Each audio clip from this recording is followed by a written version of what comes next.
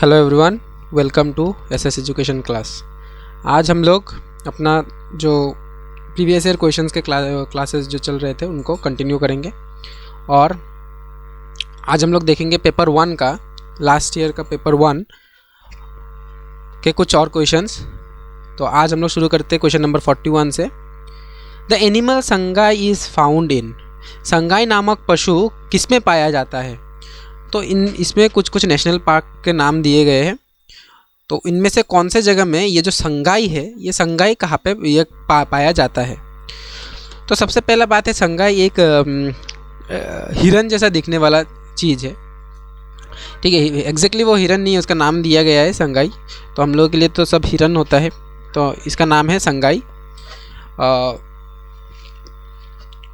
जो एनिमल है वो कौन से नेशनल पार्क में पाया जाता है? क्या वो केबुल लमजाओ है, या फिर काजीरंगा है, नामदफा है, या फिर नोकरेक है?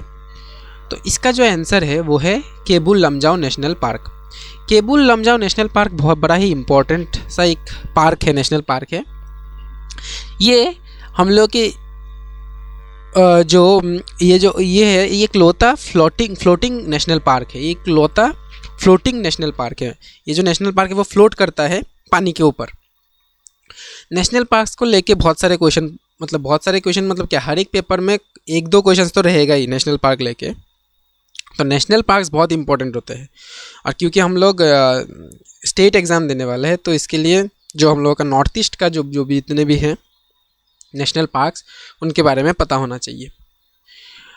तो जो केबुल लमजाओ नेशनल पार्क है ये मणिपुर में है, और ये जो एनिमल है संगाई, ये ओनली मणिपुर में ही पाया जाता है।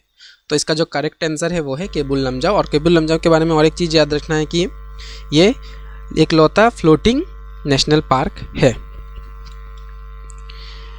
नेक्स्ट जो क्वेश्चन है, who won the Whitley award? Whitley award for protecting the greater adjutant stork. देखिए, ये एक स्टॉर्क फैमिली का एक पक्षी है, बर्ड है, ग्रेटर एडजटेंट। ये जो ग्रेटर एडजटेंट है, ये इसको प्रोटेक्ट करने के लिए किनको व्हाइटले अवार्ड मिला था? तो इसका जो करेक्ट आंसर है वो है पूर्णिमा देवी बर्मन। पूर्णिमा देवी या फिर पूर्णिमा बर्मन, कुछ भी आ सकता है। तो इसमें से पूर्णिमा देवी बर्मन आपको पूरा नाम याद रखना है। तो इसका जो करेक्ट आंसर है वो है पूर्णिमा देवी बर्मन। एक बात ये है कि ये तो हम लोग ने जान लिया कि अच्छा ठीक है पूर्णिमा देवी, क्योंकि इस क्वेश्चन के हिसाब से ये आंसर था। हम लोग को जानना है कि ये जो ग्रेटर एडजुटेंट है वो कौन से फैमिली से बिलोंग करता है? स्टॉर्क। तो ये स्टॉर्क के है ग्रेटर एडजुटेंट, एक बर्ड है, पक्षी है। तो ऐसे भी पूछा जाता है, greater adjutant always seen is news is a type of bird, animal, और कुछ दे देंगे इंसेक्ट और कुछ, तो उसमें से लिखना है बर्ड। फिर और एक चीज़ पूछ सकते हैं इधर से, और एक क्वेश्चन हो सकता है कि व्हाइटले अवार्ड का दूसरा नाम क्या है, या फिर द ग्रीन ऑस्कर क्या है? तो ग्रीन ऑस्कर है व्हाइटले अवार्ड, और व्हाइटले अवार्ड क्या है? Green Oscar. तो ये सब भी हम लोग को जानना पड़ता है, क्योंकि एक क्वेश्चन को बस आंसर सीख लेने से नहीं होगा। इसके अंदर का और भी, ये क्वेश्चन तो आ चुका है ना, डायरेक्टली ये क्वेश्चन तो नहीं आएगा, इसमें से और क्या क्या क्वेश्चन हो सकता है, ये चीज़ है। तो ग्रेटर एडजुटेंट क्या है? ग्रेटर एडजुटेंट एक बर्ड है।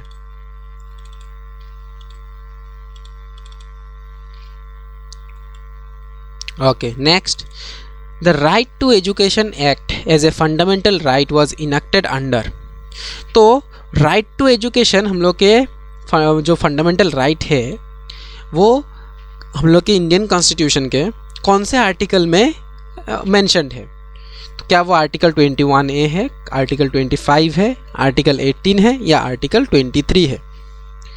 तो इसका जो सही जवाब है वो है आर्टिकल 21A। आप लोग ने सुना होगा आर्टिकल 21 होता है लिबर्टी, पर्सनल लिबर्टी के बारे में, जो बहुत इंपॉर्टेंट आर्टिकल है।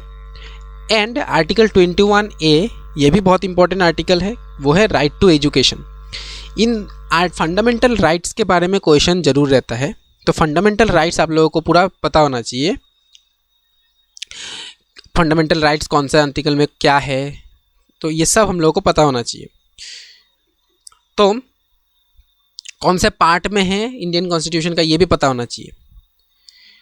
तो ये जो है आर्टिकल 21A, ये पहले नहीं था, इसको ऐड किया गया है 2002 में 86th अमेंडमेंट एक्ट के द्वारा 86th अमेंडमेंट मतलब क्या होता है, कुछ भी अगर हम लोग चेंज लाते हैं इंडियन कॉन्स्टिट्यूशन के बीच में, जो हम देखिए Indian constitution is a living document, हम लोगों को पता है Indian constitution is a living document. Living document means मतलब ये कुछ रिजिड नहीं है, पहले से जो बना है वही चलेगा, नहीं ऐसा नहीं है। इसको हम लोग चेंज कर सकते हैं, टाइम टू टाइम डिपेंड करता है। बहुत सारे कॉन्स्टिट्यूशनल अमेंडमेंट होता है, उसमें से एक अमेंडमेंट 86 जिसमें था, जब हुआ था 86 अमेंडमेंट 2002 में, उसमें आर्टिकल 21A को ऐड किया गया था इंडियन कॉन्स्टिट्यूशन में, जो राइट टू एजुकेशन के बारे में बात करता है। तो ये भी एक फंडामेंटल राइट है। फंडामेंटल राइट्स आप लोगों को पूरा याद होना चाहिए, सब देख लीजिएगा। आर्टिकल 25, 30, 23, आर्टिकल 18 क्या क्या है ये सब आप लोग देख लीजिएगा। तो नेक्स्ट चलते हैं, हिस्ट्री का एक क्वेश्चन है, Indian history. Chanakya the author of Arthashastra was a minister in the court of. तो चाणक्य जो थे वो किन के कोर्ट के एक मिनिस्टर थे। और क्वेश्चन ये भी बन सकता है कि अर्थशास्त्र किसने लिखा है। अर्थशास्त्र लिखा है चाणक्य। आजकल आप लोग जब भी यूट्यूब ऑन करते हैं तो एक कुको एफएम का एक वो आता है, तो उसमें चाणक्य का अर्थशास्त्र करके कुछ बोलते हैं, नीति। ओके, तो जो भी है, तो ये चाणक्य ने अर्थशास्त्र लिखा था और चाणक्य मिनिस्टर थे किन के कोर्ट के, चंद्रगुप्त मौर्य के। क्वेश्चन घुमा के भी आ सकता है कि चंद्रगुप्त मौर्य के सबसे इम्पोर्टेंट मिनिस्टर कौन थे, तो चाणक्य थे। ओके, नेक्स्ट जो है, तो इसका आंसर क्या हो जाएगा, इसका आंसर हो जाएगा चंद्रगुप्त मौर्य। नेक्स्ट जो क्वेश्चन है वो है, who amongst the following was an explorer to visit India during the reign of Muhammad bin Tughlaq.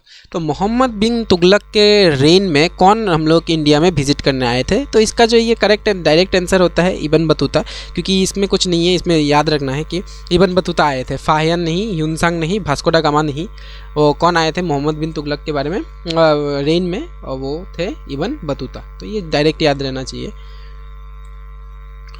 Who was the first law minister and justice minister, law and justice minister एक साथ, law and justice minister of independent India।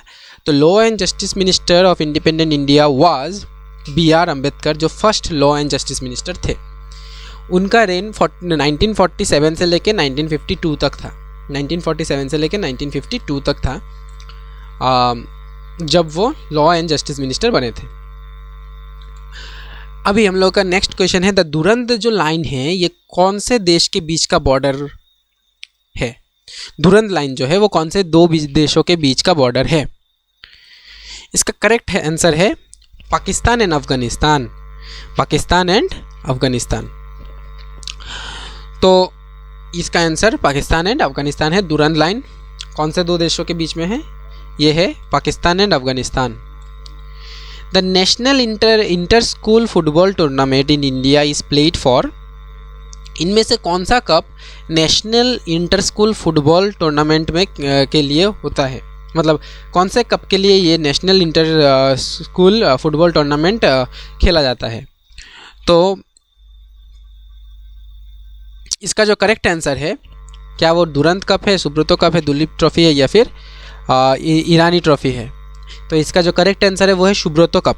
तो Subroto cup के लिए national inter school football tournament organise किया जाता है। तो जिसमें 52 स्कूल्स पार्टिसिपेट करते हैं और ये एवरी ईयर होता है सिंस 1960 से लेके अभी तक ये पूरा एवरी ईयर ये कंडक्ट किया जाता है Subroto cup. The first private bank of Assam set up in 1926 में सेट किया गया फर्स्ट प्राइवेट बैंक आसाम का कौन सा है। तो इसका जो करेक्ट आंसर है वो है the Guwahati bank limited. Guwahati bank limited 1926 में फर्स्ट प्राइवेट बैंक था हम लोग के आसाम का। नेक्स्ट क्वेश्चन बड़ा ही इंपॉर्टेंट सा क्वेश्चन है कि चेयरमैन ऑफ नीति आयोग कौन है। चेयरमैन ऑफ नीति आयोग होते हैं prime minister of India. Chairman of NITI Aayog होते हैं प्राइम मिनिस्टर ऑफ इंडिया। ये जो नीति आयोग है, पहले नीति आयोग नहीं था, ये पहले प्लानिंग कमीशन करके जाना जाता था। 5 इयर्स का प्लान किया जाता था पहले। अभी ये नीति आयोग लाया गया है। इसमें 14 इयर्स का हम लोग एक विजन बना के रखते हैं नीति आयोग में। इसका जो चेयरमैन है वो है प्राइम मिनिस्टर ऑफ इंडिया। और अगर आपको पूछा जाए कि नीति आयोग जो अभी बना है उसका पहले हम लोग का कौन सा बॉडी था, तो वो था प्लानिंग कमीशन। ओके, नेक्स्ट है which form of democracy is followed in India. कौन सा फॉर्म ऑफ डेमोक्रेसी हम लोग के इंडिया में फॉलो किया जाता है? तो ये आप लोगों को पता होगा, ये है पार्लियामेंट्री डेमोक्रेसी। तो हम लोग के जो इंडिया में है वो पार्लियामेंट्री डेमोक्रेसी है, आप सबको पता होगा। पार्लियामेंट्री फॉर्म ऑफ गवर्नमेंट भी है हम लोगों का। नेक्स्ट क्वेश्चन है by which name is the river Brahmaputra known after it joins the river Ganga. देखिए, रिवर गंगा जब हम लोग का रिवर ब्रह्मपुत्र है वो रिवर गंगा के साथ जब बांग्लादेश में मिलता है तो उसका नाम हो जाता है पद्मा। एक गाना भी है हम लोग के उसमें बहुत सुंदर सा, पद्मा माशेर इलिश खैया रुखा ना तुई झकझो के बानास। ओके, तो ये वाला एक गाना है जो हम लोग सुनते हैं, तो वही नदी है Padma river. Okay, the angular distance of any place from the prime meridian measured towards east and west is called. देखिए, बहुत ही इंपॉर्टेंट एक चीज़ है, ये हम लोग का अर्थ है,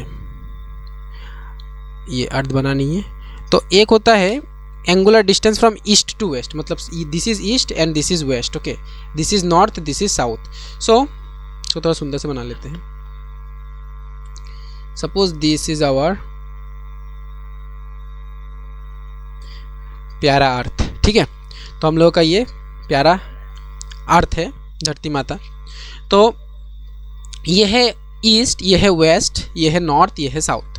तो ये जो एंगुलर डिस्टेंस, तो ये जो ये इधर से एक बीच का एक लाइन जाता है, ठीक है, ये वाला एक बीच का लाइन जाता है, उस बीच के लाइन को बोल रहे हैं कि इसका ईस्ट और वेस्ट में जो डिस्टेंस होता है उनको क्या बोला जाता है? उनको बोला जाता है लॉन्गिट्यूड। उनको क्या बोला जाता है? लॉन्गिट्यूड। लेटीट्यूड क्या होता है? लेटीट्यूड होता है जो नॉर्थ टू साउथ जो बढ़ते हैं ना, उनका लेटीट्यूड बोला जाता है। और ईस्ट टू वेस्ट जो लाइंस देखना, लंबे लंबे लाइंस इधर से इधर, इधर से इधर, इधर से इधर, इधर से इधर, ऐसा करके बहुत सारे 360 लॉन्गिट्यूड होता है। लेटीट्यूड भी होते हैं बहुत सारे, पर उनमें से जो मेन लेटीट्यूड है वो आप लोगों को पता होगा, Tropic of Cancer, Tropic of Capricorn, ये सब है। तो आर्कटिक सर्कल, एंटार्क्टिक सर्कल। तो ये जो है जो ईस्ट टू वेस्ट जो हम लोग एंगुलर डिस्टेंस जो मेज़र करते हैं वो हो जाता है लॉन्गिट्यूड। वो क्या हो जाता है? लॉन्गिट्यूड हो जाता है। ओके, नेक्स्ट जो क्वेश्चन है which of the pair is not correctly match. इनमें से कौन सा पेयर करेक्टली मैच्ड नहीं किया गया है? Hydrosphere water, yes it is correct. Hydrosphere मतलब होता है वाटर, हाइड्रो से आता है वाटर, सो हाइड्रोस्फीयर मीन्स वाटर का जो पूरा, जो हम लोग वाटर पूरा जो सारे बॉडीज़ को मिला के हाइड्रोस्फीयर बनता है। Atmosphere air, yes correct. Lithosphere land, yes correct. Litho मतलब होता है पत्थर और लैंड भी ऐसे ही पत्थर से आता है, तो लिथोस्फीयर इज लैंड, करेक्ट।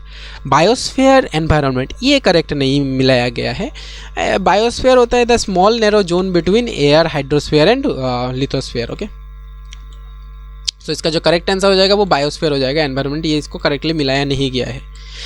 आज का लास्ट क्वेश्चन है tsunamis are caused in. Tsunamis कहाँ पे होते हैं? क्या वो ओशन है या डेजर्ट है, हाई माउंटेन है या डीप? तो देखिए, सुनामीज का नाम आप लोगों ने सुना ही होगा, ये सब ओशंस में होता है, डेजर्ट में तो नहीं आता है, हाई माउंटेन्स में भी नहीं, डीप फॉरेस्ट में भी नहीं। तो हम लोग का जो करेक्ट आंसर है वो है ओशंस। तो आशा करता हूँ आप लोगों को सब जो क्वेश्चन है वो डिटेल में समझ में आया होगा।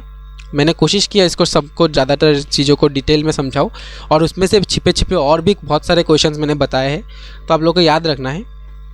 तो आज के लिए इतना ही। Thank you. जय हिंद, जय भारत, जय आसाम।